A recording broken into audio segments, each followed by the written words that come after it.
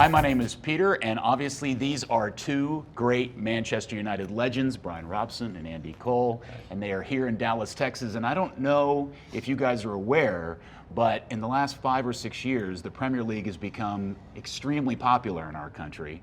And it's mostly because the games in the Premier League show here very early on a Saturday morning. I love to get up first thing Saturday morning and make my coffee and watch the Premier League, specifically Manchester United. And it's become these two things intertwined with each other, coffee and Manchester United. I love it. No, it's great. Well, yeah, you know, this summer we didn't actually come across to the USA. We went to Australia and Singapore, Shanghai. But the 3 years before that, we came across here, and the fans are fantastic. I mean, the stadiums, you know, were full every game. There's so many Man United fans out here, you know, wearing the red shirts at the games, and so yeah, you know, we realise how popular we are becoming in the USA over the years. But what we need to do, we need to start winning games and keeping all that popularity around the club. Yeah. Well, I don't know if you know this, but the supporters group based here in Dallas, called the Dallas Reds, are one of the largest Manchester United supporter groups in the country. And it's a really unusual mix of people that have been following the team for years and a lot of new fans as well. And what I wonder from each of you, because you each represent kind of a different era within the club, what is it about Manchester United that makes it special, better than other clubs in the Premiership for each of you? He's drinking. Yeah, well, yeah. You know, for me, I think it was the charisma around the club from the Munich air disaster. I think that took a lot of people in the world. You know, they noted Manchester United lost half a team in the Munich disaster, and people took to the club. But then Matt Busby built the Busby Babes. Which they were famous for, because then they went on to win the European Cup. And I think that just took everybody's heart towards Manchester United, and then they followed on that, being pretty successful. I mean, Liverpool were always one of our fierce competitors at that time. But then Sir Alex Ferguson took it on to another level, and yeah, you know, the club just kept winning things. And everybody wants to be associated with a winner. And I think that's why we get a lot of great sponsors like Melitta and that. They want to be associated with the club. We want to be associated with really good sponsors throughout the world who are very successful in their brand of business. And that's what makes great partnerships. What about you? I couldn't agree more. I think success, everyone wants to be involved in success. Manchester United have been very, very successful, and Melitta were very successful as well. You know, the club has a great history and great tradition. And I think once you marry all those things together, you know, it usually blends out to become very nice. Now, I've had the honor of attending a few games at Old Trafford in my years, and I've always wondered, what must it be like to step out on the Old Trafford pitch for the first time in your career? No, it's great. I mean, the first time I stepped out at Old Trafford, it was great because I played for a team called West Bromwich Albion, and the Man United fans always remind me that they think it's one of the best games they'd ever seen. But we won 5-3, West Brom, and that was my first sort of like appearance, being really successful at Old Trafford. Thankfully, I moved on and become a Manchester United player. But the fans have always been brilliant, you know, all the way through my career. Whether I went to Middlesbrough as manager and West Bromwich Albion as manager, but when you come back to Old Trafford, the fans were always great. But it was just a great atmosphere to play in and have success at the club. Yeah, I remember my first time even going to Old Trafford. I went there with Newcastle United, Bryan's hometown team. I was fortunate enough to get my first goal in the Premier League at Old Trafford, playing for Newcastle. So, I mean, that was a special feeling going to Old Trafford first and foremost, playing in front of a full house and getting my first Premier League goal. By the time I've looked around, I've ended up signing for Manchester United, and it was a great honour to play there as a Manchester United player. It was a special feeling. And like you just touched on it, to play in front of so many fans when they get behind you, it makes you feel really, really good. Both of you have mentioned the fans and how much you love the fans and engage with the fans. And I wonder, do you have a particular favorite story about an interaction with the fans inside the stadium, outside the stadium, somewhere in just kind of your daily life that you like to tell? Well, now and again I do sportsman's dinners where you do a Q&A for maybe an hour for charities and that sort of thing. And there's a lot of time, I mean, obviously people come across and ask you to sign a photo and like programs and things like that. But what I do when people always come and ask to sign their arm or sign the leg, you go, no, I'm not signing that, I'll sign a photo and things like that. But then you get people who go, oh no, I'm going to get a tattoo. And you've got Man United fans. I mean, I've met loads of lads out there who have signed their arm or have signed the leg, and the next time I meet them, they've actually got you Tattooed it into their... They've tattooed it into the body. Somebody stole my idea. That's what I was going to ask you.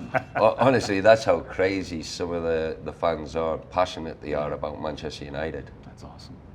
Yeah, that's what you expect, to be honest. Being at a club at Manchester United, you know, it's so well supported that things like that always going to occur. I mean, but you sit back now, you can have a laugh and joke about it, but people are deadly serious and actually want to get it done. Me personally, would I do it? I don't think I would, but you know, it's each to their own. Oh, come on, Andy, sign my arm, please. Now, I don't know if this holds true in England, but in the United States, we love superstitions. We love to have, especially sports superstitions. I know I have my own, related specifically to Manchester United. I will not disclose them here. Well, I'm going to ask you, did you have a particular pre-game superstition or post-game superstition back in your days with Manchester United? I always said that I didn't really have a superstition, but obviously I did, because everywhere I went, I wanted to wear the number 7 shirt. So for me, it always seemed to be a lucky shirt for me, because when I got the 7 shirt, I was always pretty successful at the club that I played at. So I always wanted to wear the number 7, and that was my superstition. For me, I like to come out last in the tunnel, or put my shorts on last as well. Really? So, yeah, those are 2 superstitions I had. But I'm a bit quirky like that, though. Yeah? Yeah, definitely. Last out of the tunnel. Last out. Do you put your shorts on before you leave out of the tunnel, right? Yeah. Okay, good. Good idea. I tell you, I hope so. when I played for England, Peter Shilton, he was so superstitious and he was immaculate, and he always had to have his kit so laid out, precise, everything immaculate. And every time he'd maybe go to do a little bit of a warm-up, or he'd get his strapping on, I'd walk past and I'd flick it all over, and he'd come back and he'd look around and he'd go, and he'd get it all immaculate again. And then the next time he'd go, and he's going, who keeps doing this to my kit? But he always loved his kit to be so immaculate before he put it on. Excellent. Speaking of which, is there a particular teammate from each of your eras that you most enjoyed playing with? There's a lot of great players. I'm going to make you pick one. There's a lot of great players who I've tough one, played that with. one. It is really tough, but I do always say, because of the longevity, the sort of like the strong-mindedness of him was Ryan Giggs. I mean, he was a fitness fanatic. That's why he went on to play until he was 40. Just everything he did around the training ground and as a player and that, he was just a great player. What about you, Andy? To be fair, I'm surprised Rob actually pulled one out of the hat there, because it's a difficult one. I think when you play with so many great players and you play in great teams, it's difficult to pick one individual, because there's always something that you can take from another individual. I mean, but I can't choose one, because they was all great players. So I would have said Andy, but I never played with him. I just watched him. Well, that's very nice of you. That was very polite. Any particular favorite place to play away from Old Trafford? In England, Anfield. There's just something about that place. Anfield, Ellen Road as well as well. Yeah, just the passion from their fans. Well, it's not passion; it's more hatred. Right. So that used to get me really revved up. Yeah, I used to love playing at those two places. I was Villa Park. The tradition of that club, and then we always had great success when we went to Villa. Played a couple of semi-finals there and had success. So that was always my favourite. It was a big pitch, always a good atmosphere in the stadium and that. So I really enjoyed playing there. And because you get to travel a lot, both within your own country and internationally with the team back in the day, was there a particular place outside of playing the game that you like to visit? You know, drink coffee, eat anything other than any other city that you really enjoyed? Barcelona, That makes Madrid, sense. Milan. God, yeah, the list is endless. Yeah, Not a there's- particular one there? No, I think every major city you go to, or major country you go to, there's always a place that you say I'd love to come back for this reason, and you go somewhere else. So to choose one is the world's too big for that. There's too many nice places just to choose one. Yeah. There's some great places, but for me, the first one that Andy said, I love going to Barcelona. Yeah, I can imagine.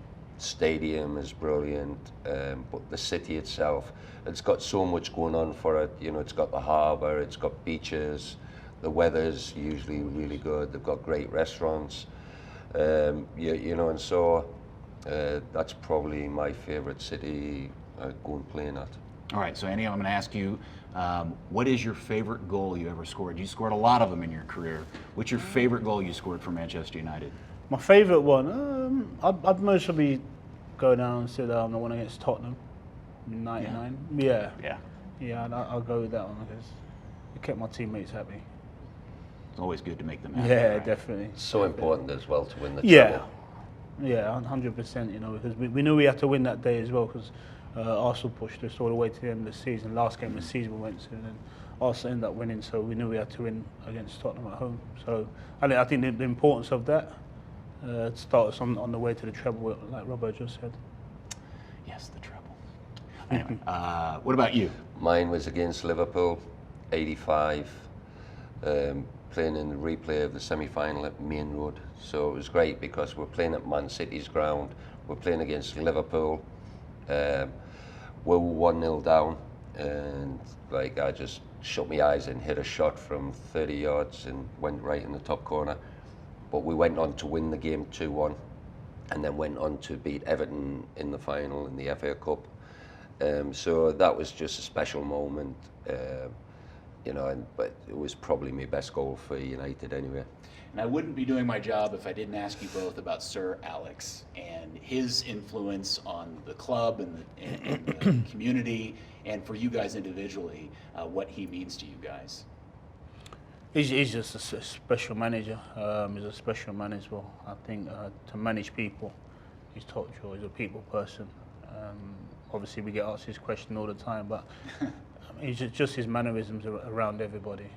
You know, he's always got time for everyone. I think as a manager, he'll go down the greatest manager there has been. You know, but you have to be in his presence to actually understand what he's all about as a person, not just a football manager, but as a person. You know, and what he gives to you. I mean, he always believes in you. He always believes in you. There's nothing that he won't try and do for you. You know, he's just a real special man. Yeah, everything Andy says, you know, I agree with. His man management skills was brilliant. Everybody talks about the hairdryer treatment, but he wasn't. I've always wondered about that. What specifically happened in the hairdryer treatment? Was it a lot of throwing of things, just screaming at you, full blast? No, actually throwing of things, that only happened a couple of times where he knocked cups off the central table, kicked the boot, which is quite famous. But I mean, the boss, he never meant that, to try and kick a boot and hit Dave Beckham in the head. The boss, if he tried to do that, he would have missed. Oh, 100%. But no, I mean, the other side of Sir Alex, apart from the hairdryer treatment, which was very So it was hardly as ever, wasn't it? Yeah. It was maybe once or twice in a season. Really? Where he'd go off at one player because the player had really upset him. But in the main, he was quite calm, and he had a great sense of humour. And when we go on the training pitch and we had a bit of fun time, you know, because you had your serious time, but you had fun time. And the boss would actually join in, and he loved the banter on the training ground. And so that's what gives you success. You know, it's because he was great at that. But the one thing I always say is that when he lost a great player or a good player, he always found a replacement to bring a player in, a great player or a good player to replace that player. And that's why he had so many special moments and rebuilt 3 teams. Wow, that's a really good point, probably applicable to today. Yeah, because nobody really mentions that. They talk about his man management, his delegation skills and all that type of thing, but they never actually talk about recruitment and scouting policies are really important, for, not just for football, but for businesses as well. You know, you guys both played for other teams and had times with other teams, but you're both considered legends for Manchester United. And as you get to travel around the world and act as ambassadors for the club, what's the one thing, and I'll start with you, Andy, that you really want to communicate most to new fans or people that are not from Manchester that have become fans that you think they need to know? I think Manchester United sells itself, and that's where we're very, very fortunate. You know, we just hang on to the coattail. You know, that's what we do. And, you know, we speak the good word of Manchester United. And me personally, I'm very fortunate to be in this position. You know, to play for such a fantastic football club and be given the opportunity to be sitting here now. You know, due to playing for a fantastic football club, but being able to spread the word of just how good a football club it is. You know, it's a great honour. Yeah, being an ambassador of a club like Manchester United, one of the greatest sporting clubs in the world, meeting people, not just our fans, but people around the world who recognise you because you're connected with Manchester United. I never believed that would happen, being a Chesley Street boy from the northeast, that I would be sitting here, like after so many years, you know, talking about Manchester United, talking about our sponsors in the USA. So you're really privileged to have gone on and sort of had that career. Well, I really appreciate Melitta for having us here and getting an opportunity to meet you guys for the first time. It's a huge honor to meet both of you and get an opportunity to ask you guys some questions. And Thanks some very good much. coffee. Thank you so Thank much. you. Yes, Thank you very thanks. much. Cheers. Thank you. Great.